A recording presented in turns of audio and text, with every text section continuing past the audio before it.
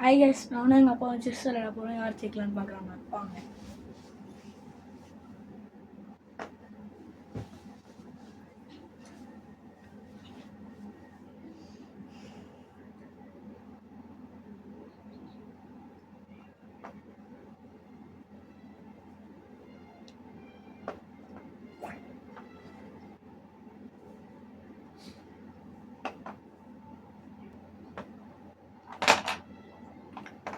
ராஜா வச்சு தான் வைப்போம்.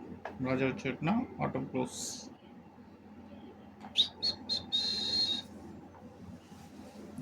ஓகே. ரிவர்ஸ்லாம் ஆகாது. வையுங்க.